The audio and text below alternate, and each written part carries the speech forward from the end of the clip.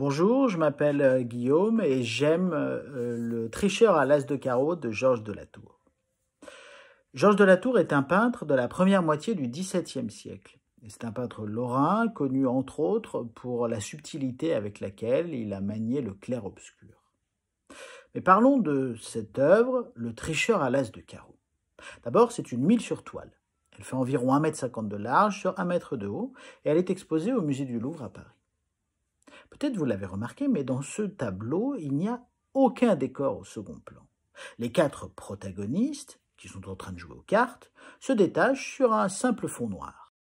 Bonjour et bienvenue sur Poker TV pour notre chronique historique où nous allons aujourd'hui aborder un des moments phares de l'histoire de l'ancêtre du poker, le jeu de prime. Nous sommes au XVIIe siècle, le jeu extrêmement populaire à l'époque, et des grands championnats ont lieu qui auraient été retransmis sur notre chaîne à l'époque.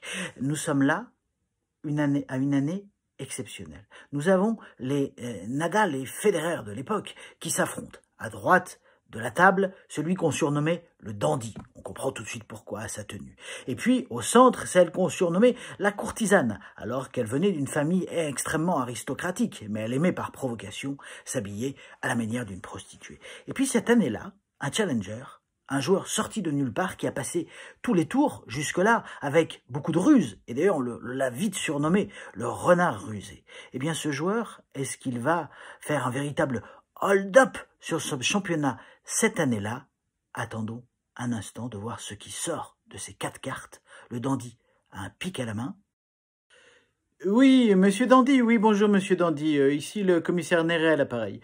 Écoutez, j'ai de bonnes nouvelles au sujet de votre affaire de partie de cartes, là. Alors d'abord, donc j'ai bien récupéré l'as de carreau et en regardant de très près, j'ai effectivement les empreintes digitales d'un des joueurs qui était ce jour-là dans la partie. Et puis alors surtout, j'ai un monsieur de La Tour extrêmement incroyable, puisque il avait assisté à la partie et il l'avait croqué en faisant une grande peinture d'1,50 m sur 1 m qu'il m'a apporté justement tout à l'heure au commissariat.